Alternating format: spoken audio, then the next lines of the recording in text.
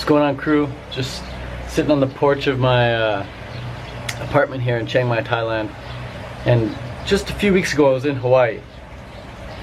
And before Hawaii I was in Canada during the summertime. Canadian summer. And before that I was in Thailand. So if you're not noticing a trend, then I'll fill you in. I live where it's continuously sunny 365 days a year. I follow the sun. I live where it's warm. Why wouldn't I? Look at my body, man. I'm skin here. I'm not covered in polar bear hair. I'm not covered in wolf hair. I'm not covered in bear hair. I'm a human being. Look at my toes, man. These are designed to climb trees. These are designed to climb up little rocks. This is designed to pick fruit. Where does fruit grow? Wherever it's sunny, bro. So eat from the vine, feel divine. You'll keep feeling amazing every single time. Just make sure it's high quality, and you will see that eating fruitarian is just meant to be. What are some of the reasons to live in the tropics? Well, before I get into that, I want to let you know that if you want to be raw vegan, if you want to be fruitarian, you don't need to live in the tropics. Saying that you need to live in the tropics, but you don't live in the tropics, therefore you can't eat raw vegan, is just a really bad excuse. It's a really lame excuse. Saying, oh, I live in Europe, or oh, I live in Canada, oh, I live in America, I can't eat raw vegan. Dude, shut up! I know people who live in those countries as well. I know people who live in the worst cities ever who are getting it done. I know people who live in, like in Germany, you're getting it done. I know people who live in Toronto getting it done in the winter time, man. I know people living in Saskatoon getting it done raw vegan in the winter time. Shout out to Chris Kendall there. The raw advantage. If you want something, you find a way. We're sending humans to Mars within the next 7 years. We're sending a human being from planet Earth to planet Mars. And you're saying you can't eat raw vegan? You're saying you can't eat an apple? You can't grab a banana and peel it? No, man. Eliminate those excuses. Of course you can. Don't be silly. Don't be ridiculous. Of course you can. You just gotta want it bad enough. If you don't want it, GTFO. That's rule number one, man. If you don't want it, GTFO. If you don't want it, get the fruit out of here, man, and eat whatever the heck else you want. It's just an excuse. So that's first thing, man. Really want it. When you really want something, you're gonna find a way. To make it a bit easier to really hold the vibration of being a raw vegan, to hold the vibration of being a fruitarian, I suggest staying inspired. I suggest watching interviews of other fruitarians or other raw vegans that you want to aspire to be like. I think interviews are a great way of picking up people's mannerisms a bit more. Just seeing them in real life situations, seeing how they answer questions and whatnot, seeing really how their mind works, seeing how their brain thinks. That's really helpful. That's been super helpful in my ascension to the fruitarian diet, for sure. Just watched a whole bunch of interviews with like people like Life Regenerator and Mike Arnstein and Old School Harley, even like people like Ann Osborne, things like that. So that's really helpful. But the reason you want to live in the tropics, man, is because it's sunny, therefore it's warm, and so you can just live like a human being a bit more naturally. You know, you don't need to be all bundled up. You don't need to turn your cave into like a little synthetic tropical paradise by cranking the heat and turning your lights on all the time. Like I don't even really need the lights on in this house. Just when the sun's up, it's bright in my room. When the sun's down, it's time to go to sleep. So that's a good reason right there to live in the tropics, is you just live more naturally. You just live more in line with nature's design. Reason number two to live in the tropics is that the fruit is usually way higher quality than it is in places like Canada, where it has to be imported during the winter time. And it's generally more abundant in the tropics. Like, it's everywhere, especially here in Chiang Mai. There's just fruit everywhere, man. Walk down the streets, fruit. Walk up some stairs, fruit. Walk into the city, fruit. Walk out of the city, fruit. There's just fruit stalls everywhere here. And it's cheap, you know, $5–10 a day. You can easily live on a fruit diet. And it's high quality, it's local. Don't know if it's organic or not. I hope it's organic, but you can never really tell these days. All I know is that it tastes good. If it tastes good, it's good enough for me for now. In the future, I'm sure I'll just be 100% organic, like right from the farm, whatever, right on the land that I'm standing on. But for now, it's good. I'm not making any excuses. I'm doing the best with what I've got. And you can do the same if you want to get it done. The other reason you want to live in the tropics, man, especially as a vegan, raw vegan, is that there's like minds from all over the world conglomerating in these hotspots. You know, Chiang Mai is definitely a hotspot for raw vegans. Went to the meetup yesterday at the park. There's like 30 people there, man, or more. I thought there'd be about like 12 or 15 people when I show up at the meetup, and there's like 20, 25, 30 people there. It was amazing. Definitely more than 20 people. So it's just every weekend, just like a random little meetup there.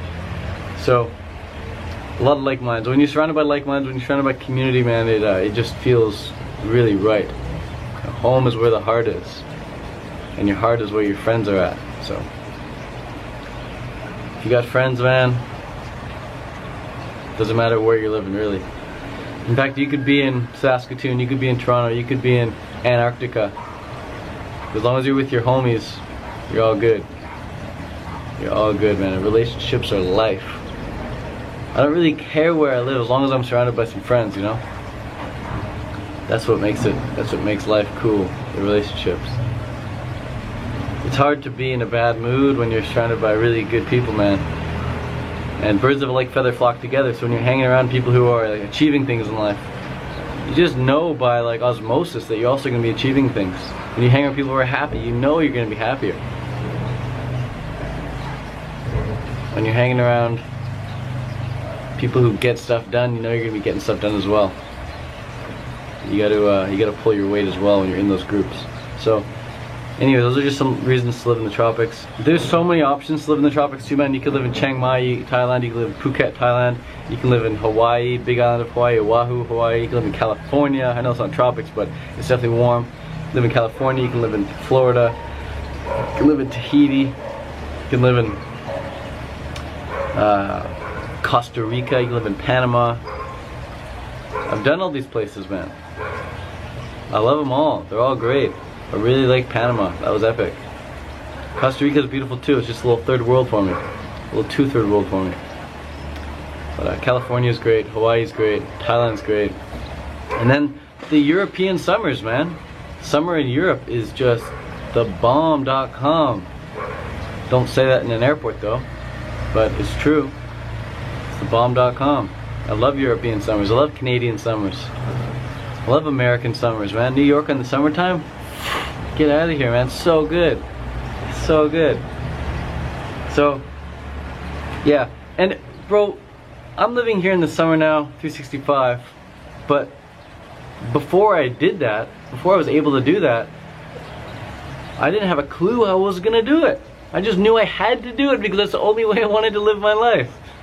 It's like I had no other options. I burned all my bridges. I called in work and I said I quit. Lady's like, are you sure you're doing this? Because you're gonna burn some bridges. And I'm like, I am sure, honey. I am out of here. Bring me to the sunshine, man.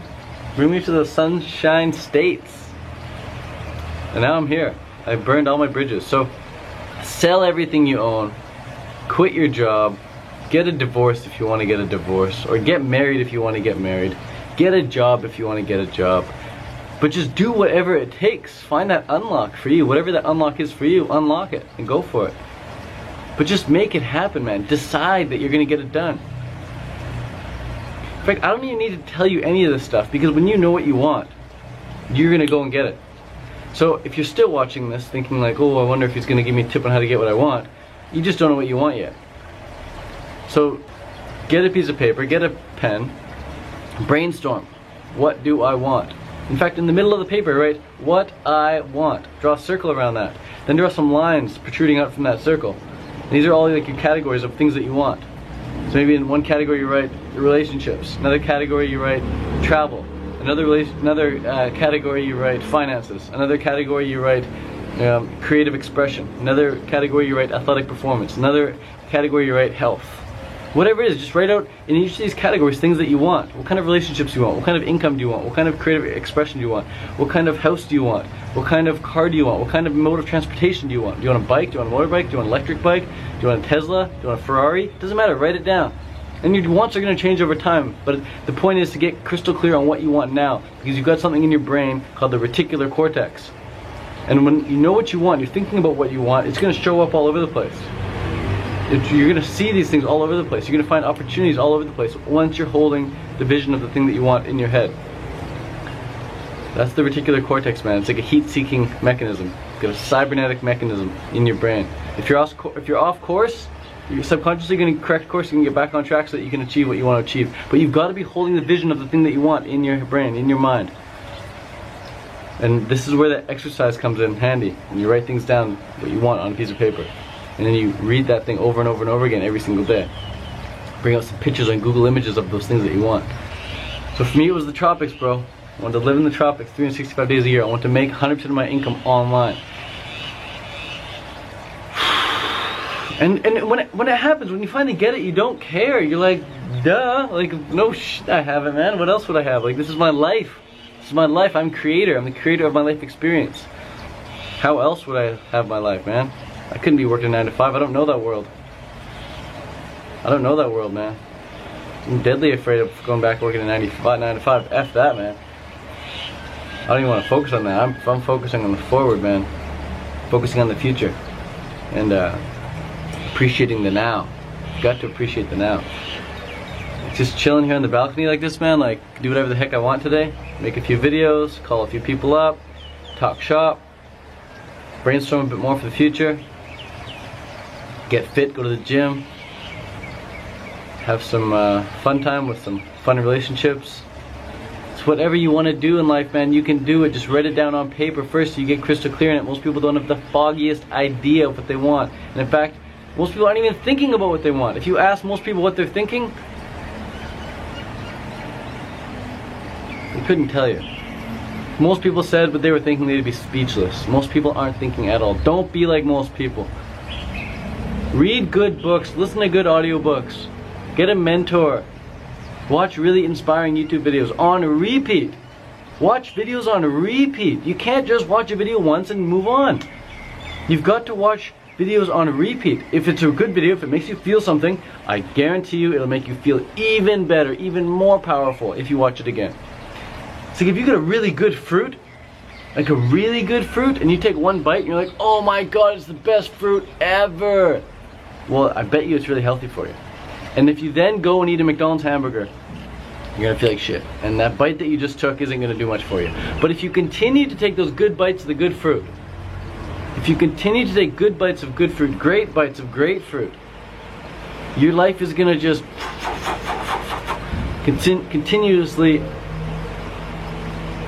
go on an upward trajectory. You'll continuously ascend these higher vibrations, these higher states of consciousness, these higher states of awareness. So, eat good food at the exclusion of shitty food. Watch good videos at the exclusion of bad videos. Perform healthy activities at the exclusion of unhealthy activities. And do it repeatedly. You can't just eat an apple once a day and then forget eating the rest of the day. You've got to eat apples all day long if you want to be fruitarian. You've got to eat bananas all day long. You've got to eat papayas and mangoes and cherimoyas and guanabanas and durian all day long on repeat if you want to stay full. If you want to progress on the path. Watching a video once isn't going to do it for you. It's just not. If it's a good video, you watch it on repeat. If it's a good video, you download it and watch it on repeat offline. The amount of videos I've downloaded and watched offline, like the amount of YouTubers that aren't seeing their views go up because of me, like if I left everything on YouTube and just kept going back on YouTube, there'd be a lot more views on YouTube. Certain YouTubers would be getting a lot more views because I'd be watching their stuff on repeat. They'd be getting 100, 200 more views than before. But I download the videos, I watch them offline, and I just feed my mind with their content. And sometimes I convert it to MP3 because I just want to hear what they're saying. I don't necessarily need to watch the video, I just need to hear what they're saying. So I convert their words to MP3. I go on bike rides, or go on runs, or go on walks, or I go to the gym, just listening to their stuff on repeat. 14-minute track, repeat. 3-minute track, repeat. Feed it to me on repeat over and over and over again. When you listen to something for the 10th time, when you listen to something for the 20th time, you're going to hear stuff that you didn't hear before. Because your mind is now, you're listening from a higher state of awareness. And when you have a higher state of awareness, you just take in more information, you take in different types of information, you connect different dots. And the more dots you connect, dude, the more connected you feel in life, the more organized you feel, the more on point you feel. So if you listen to a good audiobook, if you listen to a good YouTube video, if you read a good book, read it again. Listen to it again. Watch it again. In school, you're taught that dumb kids do that. You're taught that it's for the slow kids to have to read a book through the second time. You're taught that you're really stupid if you don't understand the video the first time, you gotta watch it again. That is the most BS thing you could ever take from school, man. Ignore that completely. If you want to get ahead, watch the videos on repeat. Read the books on repeat. Take it in deeper, take it in deeper, take it in deeper. The reason kids say that, oh, you're stupid if you have to read a book through the second time is because, sorry, the camera just cut out there. The reason kids say you're stupid if you have to read a book through the second time or you have to watch a video through the second time to fully understand it is because all they're doing is memorizing it and regurgitating it on test day, only to then walk out of school and forget it all altogether. You know, I don't remember a single book I read in high school. I don't. Because all I had to do was memorize it and then regurgitate it and then just forget about it. But life is not like that.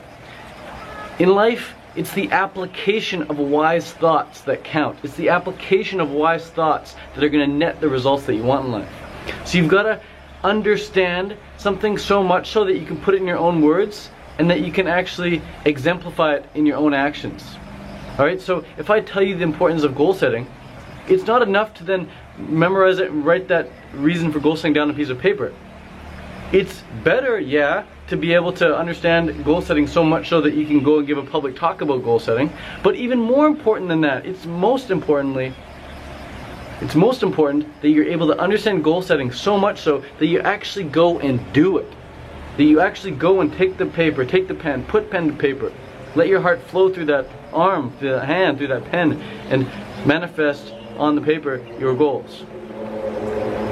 You've got to understand something so much so that you're physically standing underneath it and supporting it with your actions. So what understanding means, to stand under something and support it fully with your actions. Alright? So if you really understand something, you'll take action on it. That's it, guys. Peace out.